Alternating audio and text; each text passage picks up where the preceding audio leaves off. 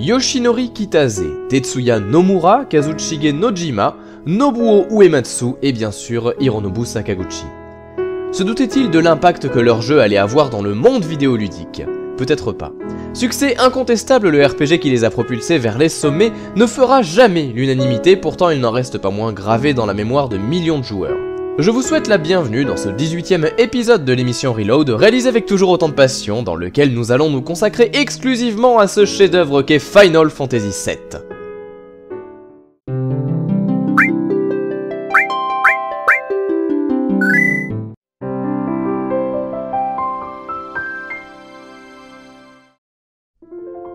Sorti en France sur PlayStation et PC en 1997, on retiendra de Final Fantasy VII son background très travaillé, avec des héros tous uniques ayant chacun leur histoire et leur caractère propre. L'intrigue débute dans la ville de Midgar aux côtés du héros principal Cloud. Ce dernier est un ex-soldat ayant rejoint Avalanche, un groupe d'écologistes souhaitant détruire les réacteurs Mako qui puisent leur énergie dans la planète. Tout ceci est l'œuvre d'une entreprise nommée Shinra, qui aura bien sûr un rôle majeur dans le monde de Final Fantasy VII. Vous ferez ainsi la connaissance de Barrett, le chef d'Avalanche, et de Tifa, décrite alors comme une ancienne amie de Cloud. Vous apprendrez par la suite que c'est en vérité beaucoup plus complexe que ça. Ainsi vont s'enchaîner quelques péripéties pour nos héros, oscillant de l'émouvant à l'hilarant. On retiendra notamment la rencontre avec Iris, un personnage touchant au destin tragique, dans une église devenue culte que l'on retrouvera dans d'autres productions liées à l'univers du jeu. Et bien sûr, passage drôlissime dans l'aventure, Cloud va devoir sauver cette même Iris des mains de Don Corneo en infiltrant un bar olé olé déguisé en femme. C'est une fois dans la tour de la Shinra que l'histoire prend un virage qui a surpris tous les joueurs de l'époque et qui a en fait commencé à dévoiler l'amplitude du travail qui avait été produit sur le scénario. C'est en effet ici que vous apprendrez que Sephiroth, un ancien soldat également, est peut-être encore vivant avec comme but l'éradication des membres de la Shinra. Et c'est à ce moment-là du jeu que tout explose scénaristiquement parlant, les révélations fusent, vous en apprendrez plus sur le passé des héros, sur l'origine du trouble de la mémoire de Cloud, l'histoire enchaîne les pirouettes et devient alors incroyablement complexe mais surtout parfaitement racontée.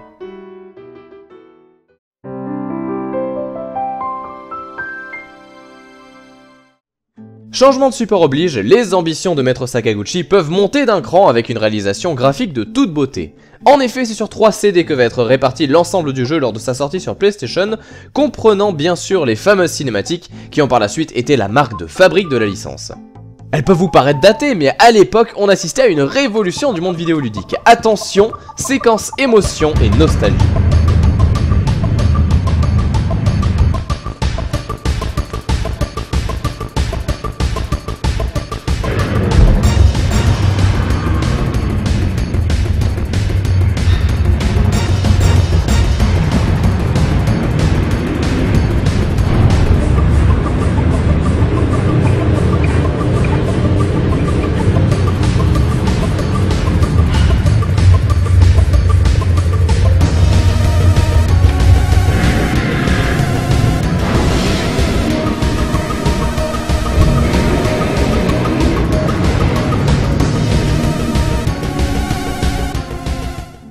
Autre nouveauté pour la licence, les personnages sont maintenant intégralement en 3D dans ce qu'on appelle le style Super Deformed et ils se déplacent selon un arrière-plan 2D qui donne l'illusion du relief. Cette technique présente l'avantage de plonger le joueur dans les différents environnements, tous variés et artistiquement très réussis. La carte du monde est également intégralement en 3 dimensions, vous permettant de vous balader à pied, à dos de chocobo ou encore en vaisseau entre les villes. Il en va de même pour les combats, qui cette fois-ci représentent les personnages de façon réaliste, avec des effets de caméra apportant un certain dynamisme, une innovation qui elle aussi va être réemployée pour tous les épisodes de la PlayStation.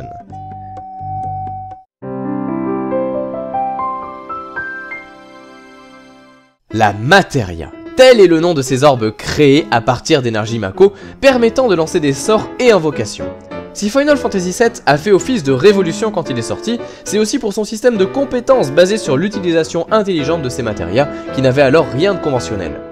Cela fonctionne de la façon suivante, les personnages vont grimper en niveau pour booster leurs statistiques et vont s'équiper d'armes et armures de plus en plus puissantes. Mais pas que. En effet, sur chaque pièce d'équipement, vous aurez un nombre d'emplacements défini de matérias que vous pourrez associer. Il en existe plusieurs types, des matérias augmentant vos points d'attribut, des capacités comme le vol par exemple, des magies et encore des invocations. Chacune de ces matérias, lorsqu'elles sont équipées, vont gagner des points et devenir alors de plus en plus puissantes et vont donc vous permettre à vous aussi d'améliorer les capacités correspondantes. Il faudra donc combattre encore et toujours pour devenir de plus en plus puissant.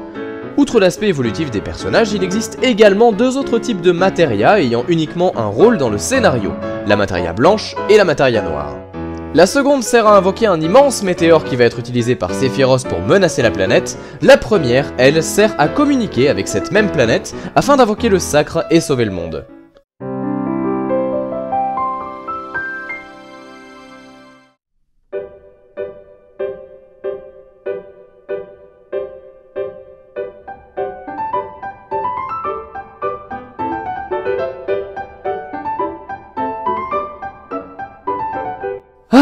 Cette musique, je suis prêt à parier qu'elle est encore dans la tête de beaucoup de personnes, tant on a pu passer des heures dans le Gold Saucer, lieu de plaisir et de contemplation. En effet, quelle brillante idée d'intégrer des jeux dans Final Fantasy VII que l'on a pu essayer ou non dans l'aventure. C'est ici que vous pourrez jouer à un jeu de snowboard, de moto, de combat virtuel et bien d'autres encore. Également, vous pourrez utiliser vos chocobos lors de courses, mais aussi combattre des ennemis redoutables dans une arène. D'ailleurs, le système d'évolution des chocobos est aussi une grande réussite du titre, vous devrez faire naître et croiser les chocobos entre eux pour en obtenir des bleus, noirs, rouges, jusqu'au très prisé chocobo d'or. Le Gold Saucer a également son lot de surprises côté scénario, avec l'intégration d'une séquence de rendez-vous dans laquelle les actions passées du joueur auront une incidence. Vous pourrez donc aussi bien vous retrouver avec Iris qu'avec Tifa ou encore Barrett, un petit plus qui fait plaisir et c'est d'ailleurs ce qui fait le charme de ce jeu car il y a une quantité phénoménale de ces petits plus, je pense notamment à l'intégration du mini-jeu de stratégie au Fort Condor qui compte en tout 21 missions dont quelques-unes essentielles à l'histoire.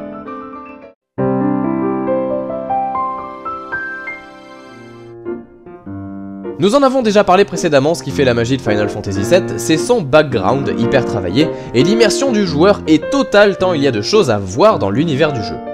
Nous avons vu Cloud, Barrett, Tifa et Iris, mais vous vous joindrez également à Cid, personnage non culte dans les Final Fantasy, Red 13, aussi appelé Nanaki, qui aura une personnalité attachante tout au long de l'aventure, et Cait Sith, personnage fantaisiste, au look improbable. Mais ce n'est pas tout, deux personnages optionnels et ô combien charismatiques s'ajoutent à la liste, Yuffie, jeune ninja kleptomane, survolté, originaire de Wutai, et surtout Vincent Valentine, qui aura même droit à son jeu par la suite.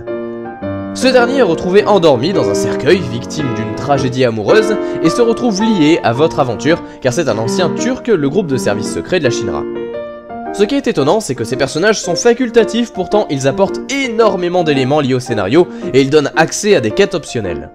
Certaines matérias sont également à découvrir sur la carte du monde, certaines accessibles à d'autres chocobos spéciaux qui vous seront nécessaires pour terminer le jeu à 100%.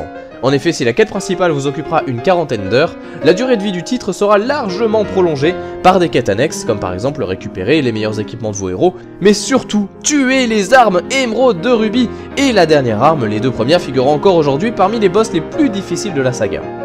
Tout un tas de petits événements sont à découvrir sur la carte du monde, ajoutant une cohérence générale au titre, et les expériences de jeu sont multiples.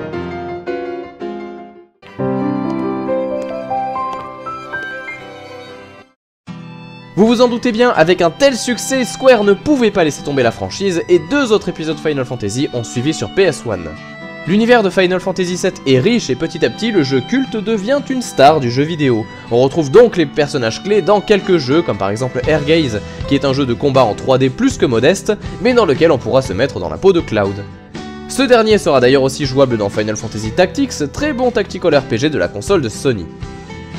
A l'heure actuelle, tous les fans de ce 7ème épisode attendent soit un remake, soit une suite, et on a failli y croire à la sortie de la PlayStation 3 avec la refonte graphique de la cinématique d'intro du jeu. Alors pour le moment, les joueurs ne peuvent jouer qu'à des aventures parallèles. Dans Final Fantasy VII Dirge of Cerberus sorti en 2006 sur PlayStation 2, on en apprend plus sur l'histoire de Vincent Valentine dans un beat'em all réussi et qui s'intègre très bien dans le scénario original. Vient ensuite en 2008 un jeu qui à lui seul constituait un argument de vente de la PSP, Final Fantasy VII Crisis Core, qui se déroule juste avant l'histoire de Final Fantasy VII. On découvre ainsi comment se sont rencontrés Zack, Cloud et Tifa, mais aussi Sephiroth. Petite parenthèse, ce jeu n'est peut-être pas exceptionnel en termes de game design, avec un aspect mission, couloir qui peut paraître redondant, mais il contient des cinématiques absolument magnifiques et un final incroyable et émouvant, de quoi faire verser une larme aux passionnés. Allez, je ne résiste pas à l'idée de vous faire partager un extrait d'un combat qui va vous décoller la rétine. The world needs a new hero. Come and try. So smug. But for how long?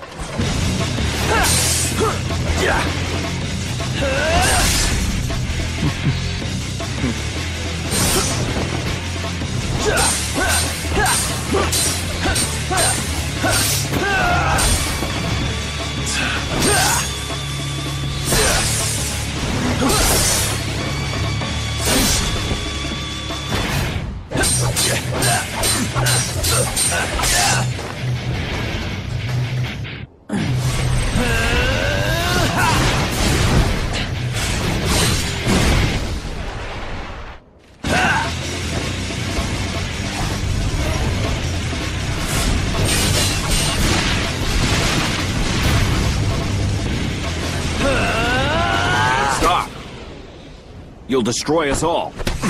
That's no way to talk to a hero!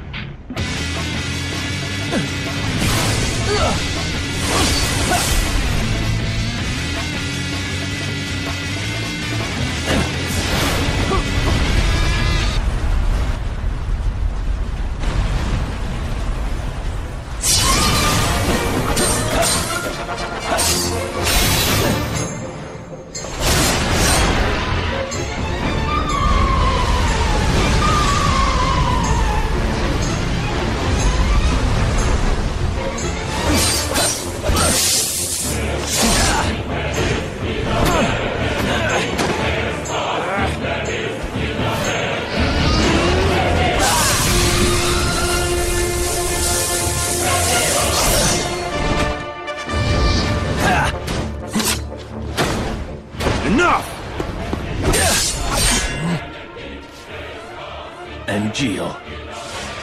Out of my way! Presque anecdotique pour nous Européens, les Japonais auront aussi droit à leur jeu mobile appelé Before Crisis, qui nous en apprendra un peu plus sur les Turcs et la Shinra. Un peu avant la sortie de Crisis Core, les fans de Final Fantasy VII auront droit à la suite et fin de l'histoire, sous forme de film d'animation appelé Advent Children.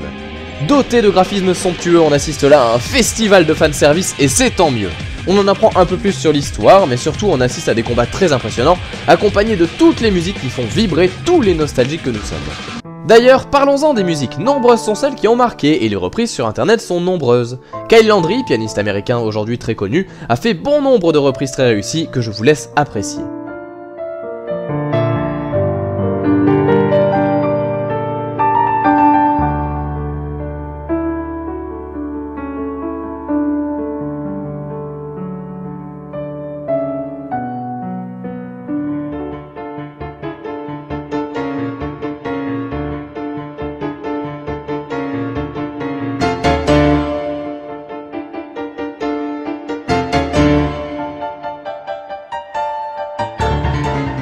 Songe le rêveur également, qui à ses débuts s'est beaucoup investi avec des musiques de Final Fantasy, nous a aussi transporté avec des arrangements toujours soignés et empreints de passion. Allez, on écoute ça.